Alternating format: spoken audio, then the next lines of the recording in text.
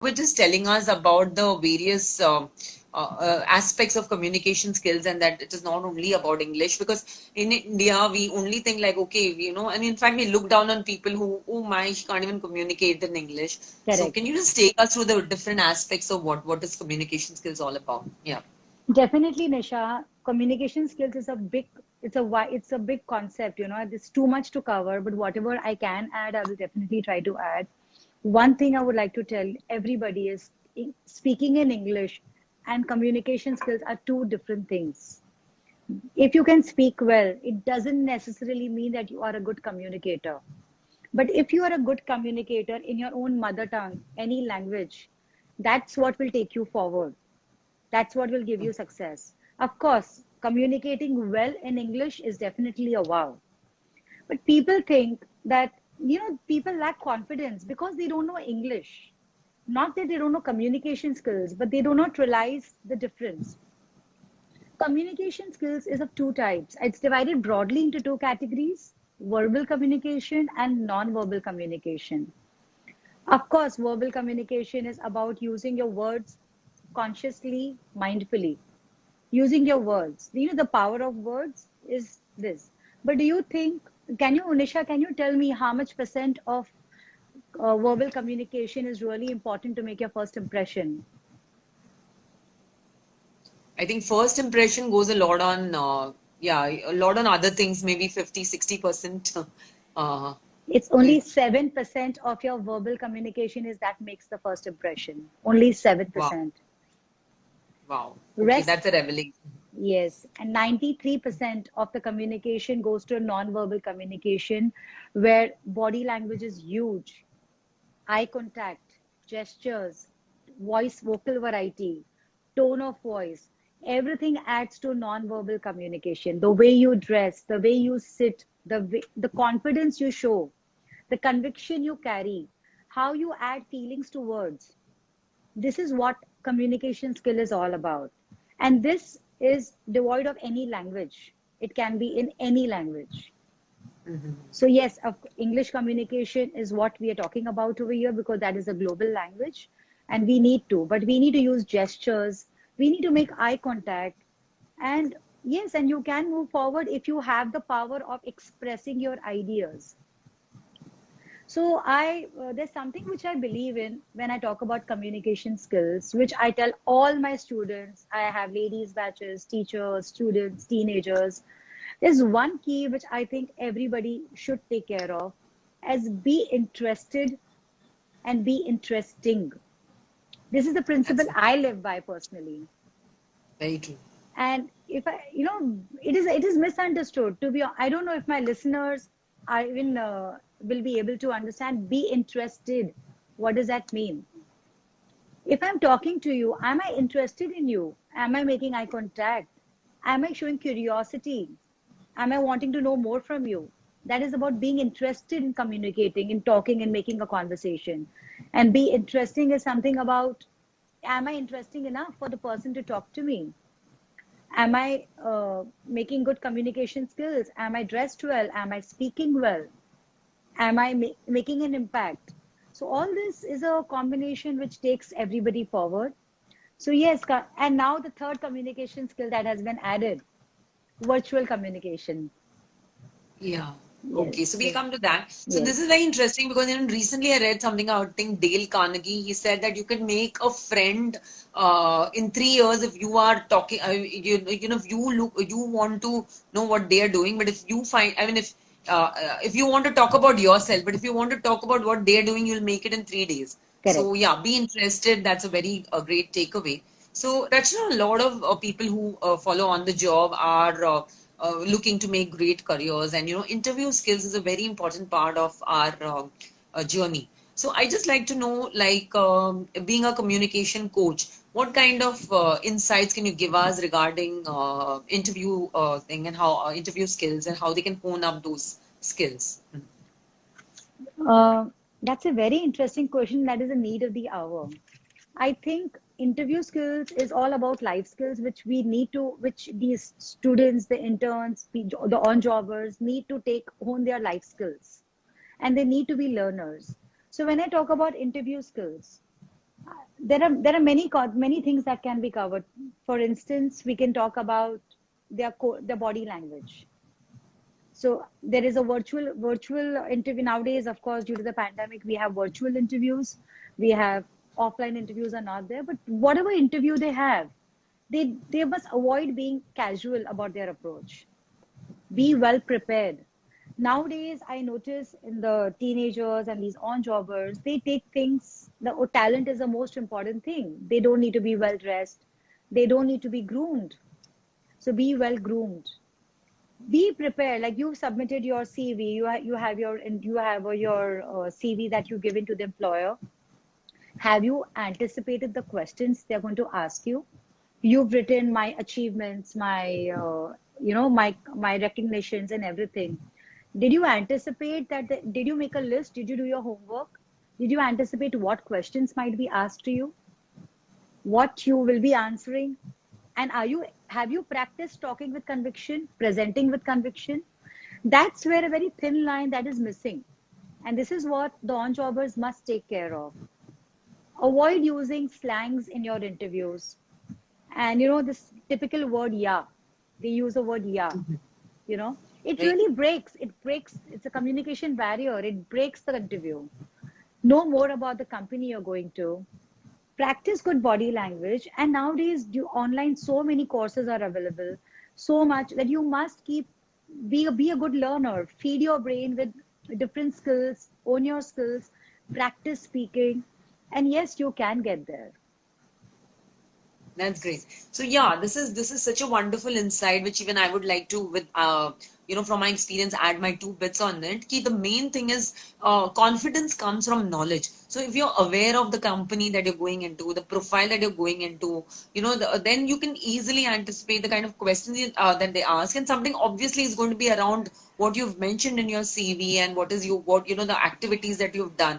So even if a bit of even of a bit of homework preparation planning, because casualness has gotten too much into the system, and especially like maybe like the younger you are, like you want to it's great to be that, but then just remember that you're entering the corporate world now, and they want people who are more accountable, who are more who are coming with a purpose, who are just not walking into some room and just doing preparation is definitely the key, and that is definitely going to give you the confidence, and I guess automatically the communication is going to flow, is what I gather Definitely, from definitely, that. because you need to show curiosity. Nowadays, the generation does not show energy, the curiosity. They're not Mhm. very clear with their thoughts. They are good with their work. They are good with their work, but how do they present? Today, have you practiced expressing your ideas? I may have 100 ideas. If I'm joining a company, am I prepared to express my ideas? No, I'm not. And those who can will move forward. They will get success. So yes, to for the interview skills, you need to learn how to be precise. Do not brag about yourself. Don't brag that I'm this, I've done this. Rather, be prepared to show what you can contribute to the company. What's that the company should look in for you. So if you are, like, to give you a perspective, if you are an on-jobber and you want to join my team, I don't want to know what you actually have done. I want to see the energy, the zest, and the passion in you. That's the key. And that communication happens with verbal and non-verbal communication. How much conviction do I have about my talent? How much am I confident about? Am I speaking? Am I expressing? Will I be a good leader in your company? This is what the entire, it's a maze. I mean, once you get into it, there are some people who are left, they get filtered, and the other take their way forward. Great. So Rachna, I also want to know now, it's all, especially for the student community. Gone are the days when, you got your 90% or 95, 99 percentile and you just got work admission. It is a lot about writing your SOPs. It's a lot about presenting what you bring to the table. Even at a student level, people are expecting that. And this is not only for students going abroad, which was a trend earlier. So most of the Indian universities are waking up to the fact. So now you have the Ashokas and you have the Jindals, where they want to know what you are from your SOPs, and also they also have an interview process, right? So how can a student like stand out in an SOP? Any idea about written communication? Anything that you can share with us? What they can highlight, or what if, when you are reading a SOP, what would what would catch your attention, and how they should go about that? Like, Again, it's kind of correlated. That's really a very nice question, and I'm glad to answer this. So I will take a few minutes to give some insight into this topic. SOP is a bridge between your past and your future. Okay, so we need to have clarity of goals. We need to know what are we looking into.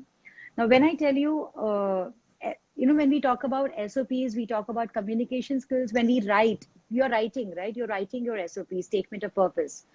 Do we realize that what we write, somebody is going to read? How interesting it is. When I'm speaking, somebody is listening. Am I sounding interesting? So yes, there are a few tips I would like to share about SOPs. First, you must know that what your have a list of your credentials. Make a list of your credentials, and I would suggest divide them into three categories.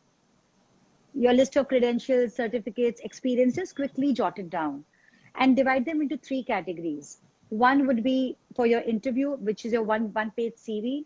One would be for your SOP, and one would be about some interesting experiences you have done. When you start writing, nowadays there are options of people getting SOPs written, but the schools over there, the colleges over there, they know how authentic and how honest you are. So they what are they catch you. looking? They catch you. So what are they Hmm. looking for? They relate, they correlate your SOP with your somewhere in your SAT exam. If you've written something, somewhere your TOEFL, they know what is your quality of writing. So you know what? Plain English is the best. We do not need high level vocabulary. Do what you think, be authentic, and believe in yourself. If you have listed, you know what your goals are after. This college is interested in knowing, do you have any after study plans? Make those goals clear. Make your goals clear. Then the college wants to know if and there's one small tip I like to add in between over here. Normally, if you've done your research well, if I'm the person, I'm the college, I'm reading the SOP. If one has done the research well, try to find out a professor or any pass out student of that college and who has done something similar to what your goal is and where that person is, and mention that person in the SOP. That makes a very big difference in if you make a mention. It really adds a lot of value that I know that you really are there, you're doing your research. Then of course you need to know, you need to show, the college wants to see your personality. How would you fit in the student body? Yeah. How would you fit? What is so unique about you? And that's where I mentioned earlier about confident, about interesting, vivid experiences. Try to make a mention of those. And yes, there are a few language errors I would like to mention over here. Avoid using the word I. Don't be too many I's in your recipe. Avoid using slang language, can't, don't, Hmm. shouldn't. Do not express, because written communication and spoken communication is different. In spoken, we can use, but in written, try to use full forms. Avoid Yeah. using slang language, because do not assume that they know it all or they know, because every country speaks differently. It's better to be clear. Start writing your SOPs 3 to 4 months prior. Write, rewrite, write, rewrite. You will get deep into the topic. And one key suggestion I would like to give all people who are writing their SOPs here. We normally, of course, everybody, when their SOPs are written, they give it out to people to read, to correct. We, of course, copy check, we proofread. All those technicals, I'm not going to get in there. Everybody knows about it. There's like I said, when you speak, somebody is listening. When you write, somebody is reading. Similarly, there are reading apps on your computers. Start your reading app and listen to your SOP. Not read, listen to your SOP. When you listen to your SOP, you are able to make out what's not sounding right. How much of it could you listen? How much did you find it interesting? Do you think you fulfill the criteria? Have you sounded interesting? So that's where the real catch comes in, and you can make a difference. So yes, these are the things. Keep personal information limited, And keep your after study goals, highlight a little of after study goals and some vivid experiences. This is what I would like to read and I would like to suggest. So do Okay, not so try to this is use effective high level grammar, lexis, language. No, do not use synonyms. Use what you would actually talk. true, true. Be authentic. That's what the universities are looking for. Okay, this is amazing because, see, from what I have seen, especially, I just want a small message to parents or even the students who are listening. So, SOPs is all about your experiences, what you have grown, what you have experienced, and what you've learned from them.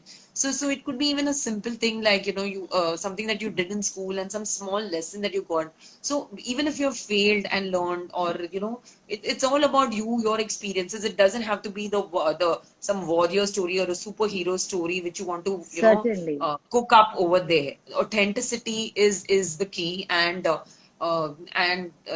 that's what is important. So even as students, try and get those experiences. Sometimes you're so stuck in front of the computer or so stuck in front of the with your books, that have you gone out to the field? Have you tried meeting different people or experienced different things? Only when you have done that would you have some real good vivid experiences, as Rachna Correct. mentioned, that you could add to your CV. And that is what the university wants to know, as to what is that uniqueness that you bring to the table. Because as you know now, it's not even, there are people who have got lesser scores but who have got admission even in Ivy League. It's based on your SOPs, and what is that uniqueness that you bring to the table is what the world wants to know now. So, Definitely. It's all uh, about your personality that you personality. can put it on paper. So, Rachna, that was really insightful, and I just like to since the audience to benefit from the various courses that you conduct. And what I really like, I mean, some things which I found interesting was the months that you're conducting, some teenage the stuff, Yes. and even the elocution and the things. So, if you can just take us through the kind of courses that you're training people on, and how it helps, that way. Surely, surely. So I train children, adults, teenagers, everybody. I mean, I train children for Trinity College London exams. If you've heard about Trinity College London, these are examination. Trinity Examination London is a body based out of London. It's an examination board where we specialize in communication skills, speech and drama, and language. But my Okay. course is not Just if only I can interrupt for a minute. So if a person has a Trinity certification, does it add value to his application process? Does it or definitely. does it give an exam benefit to it? Yeah, It that way. definitely has because Trinity College London, there's an examination called GESE, Graded Exam in Spoken English, and ISC, Integrated Skills in English. These exams are mapped to the CEFR, Common European Framework of Reference. It's like the thermometer of English. So like C2 level being the highest, I'm sure you're aware about the C2 level in language proficiency. It definitely adds a lot of value, and these are lifetime certificates, unlike other English certificates you get.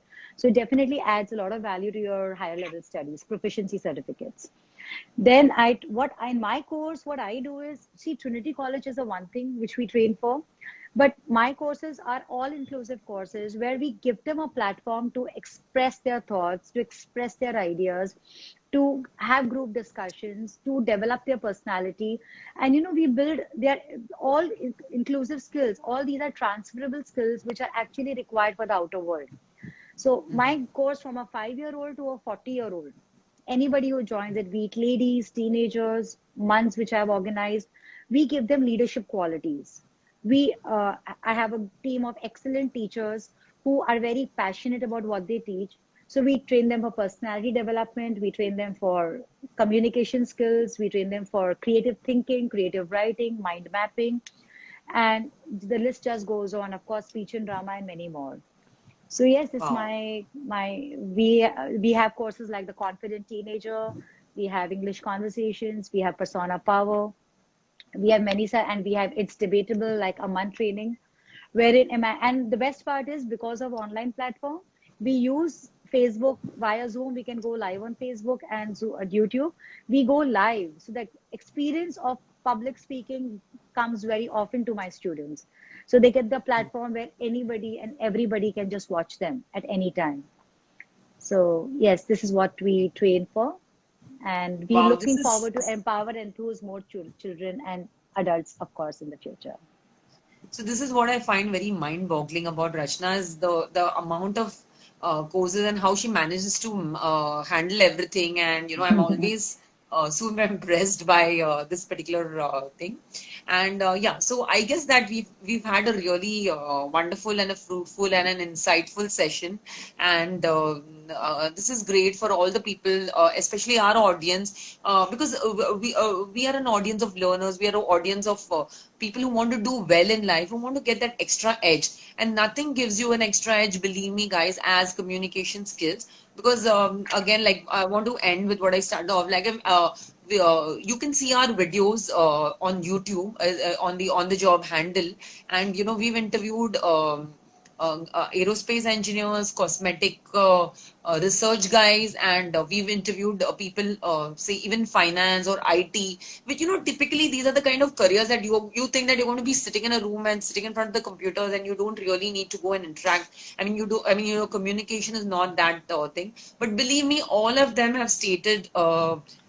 Communication as a top skill, because it's all about also if you have an idea, if Edison had this $1 million idea, but if he was not able to translate it to his team, or he was not able to translate it to his team, or he was not able to translate it to the world, how was he able to going to be selling that product, or how was he able to even bring out that product? So wherever the world goes, however online we go, and however virtual we go, this is one skill which is always going to be maybe the top skill to give you amazing career success. And thank you so much, Rachna, for joining us. Yeah. Thank you, Nisha. Thank you for having me over. And I must tell you that you're doing an amazing job.